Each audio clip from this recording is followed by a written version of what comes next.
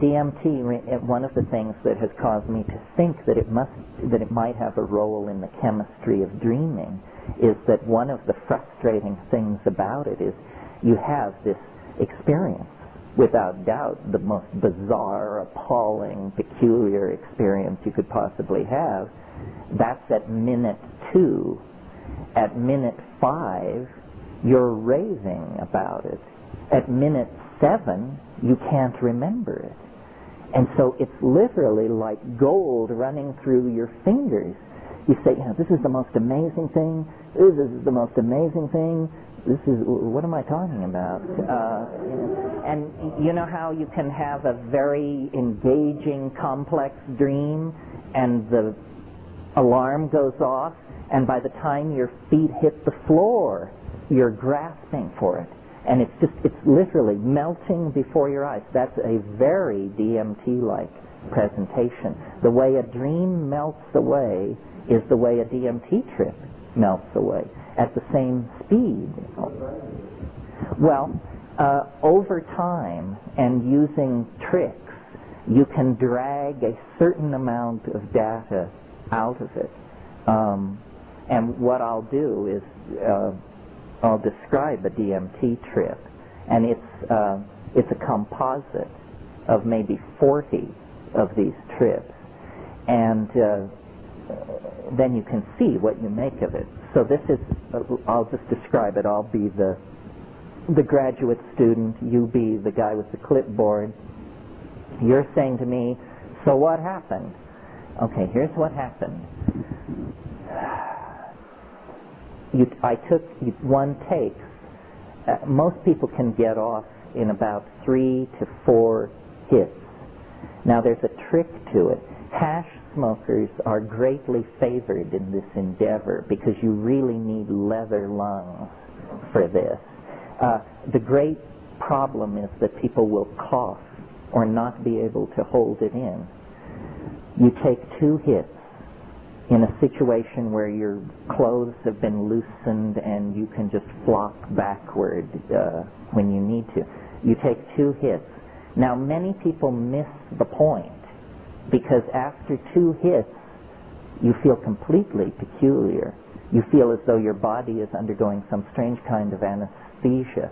All the air has been pumped out of the room. This is the visual acuity thing I talked about last night. The colors jump up. The edges sharpen. And at that point, people say, whoa, wow, it's really coming on strong.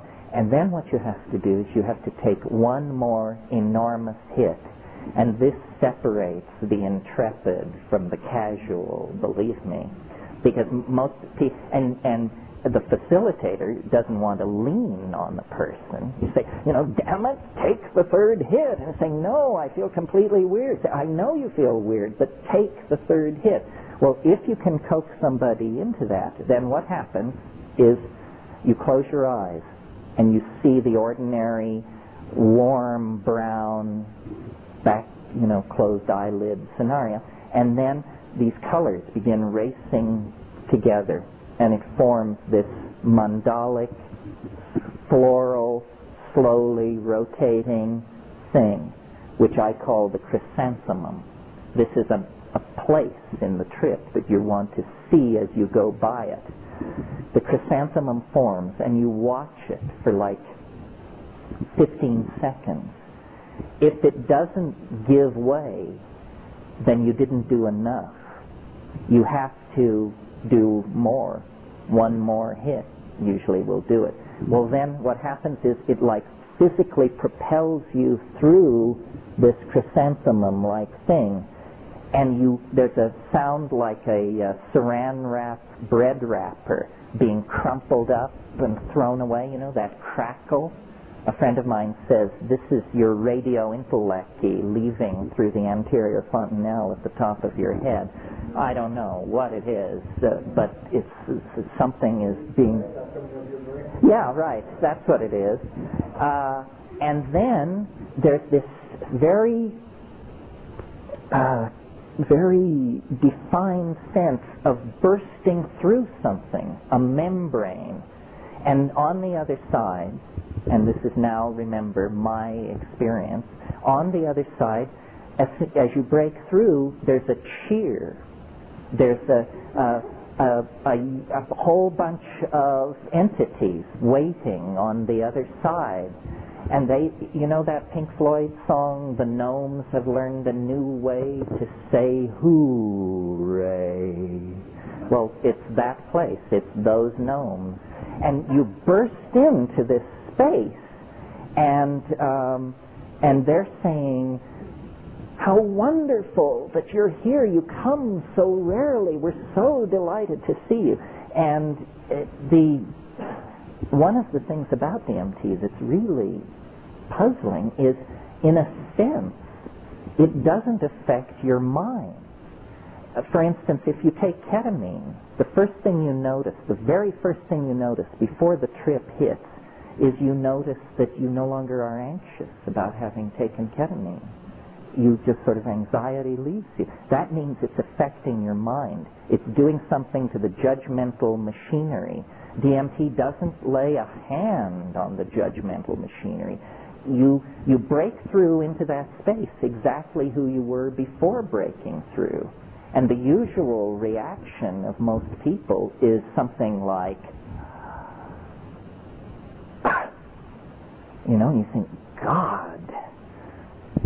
Heartbeat, normal. Pulse, normal. Everything's normal. Yeah, everything's normal. Oh, God. Because these things are there, and they're hammering at you, and they come forward. They're like jeweled, self-dribbling basketballs.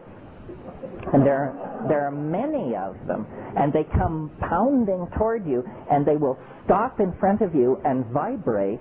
But then they do a very disconcerting thing, which is they jump into your body. They jump into your body, and then they jump back out again. And the whole thing is going on in this very high-speed mode where you're being presented with thousands of details per second, and you can't get a hold on, you say, you know, my God, what's happening? And these things are saying, don't abandon yourself to amazement, which is exactly what you want to do. You just want to go nuts with how crazy this is. They say, don't do that. Don't do that. Pay attention. Pay attention to what we're doing. Well, what are they doing? Well, what they're doing is they're making objects with their voices. They're singing structures into existence. These things are, and what they will do is they'll come toward you, and then, and you have to understand, they don't have arms, so we're kind of downloading this into a lower dimension to even describe it. But what they do is they offer things to you. Say, look at this, look at this. And as your attention goes toward these objects, you realize that what you're being shown is impossible. It's impossible. It's not simply intricate, beautiful, and hard to manufacture. It's impossible to make these things. The nearest analogy would be to the Fabergé eggs or something like that. But these things are like the toys that are scattered around the nursery inside a UFO or something. Celestial toys. And they are, the toys themselves appear to be somehow alive. The toys themselves can sing other objects into existence. So what's happening is there's just this proliferation of elf gifts. And the elf gifts are moving around, singing, and the whole thing is directed toward, they're saying, do what we are doing. And they're very insistent. They say, do it, do it, do it. And you feel like a bubble. And now this is subjective. I mean, only 5% report this, but it happens to me. You feel like some kind of bubble inside your body that's beginning to move up toward your mouth. And when it comes out, it isn't sound, it's vision. You discover that you can pump stuff out of your mouth by singing. And they're urging you to do this. They say, that's it, keep doing it. And the whole thing is like, we're now at minute 4.5 with this stuff. And you speak in a kind of glossolalia. There's a spontaneous outpouring of syntax unaccompanied by what is normally called meaning. It's sort of, he ding wow wak saptivi mudetivi tinget wahaksiti pipin and wahavedetam bohagayetek. And this is accompanied by a modality, something seen. And they're saying, yes, do it. And then after a minute or so of this, the whole thing begins to collapse in on itself. And they literally begin to physically move away from you. And usually their final shot is they actually wave goodbye and they say, deja vu, which makes no sense at all if you analyze it.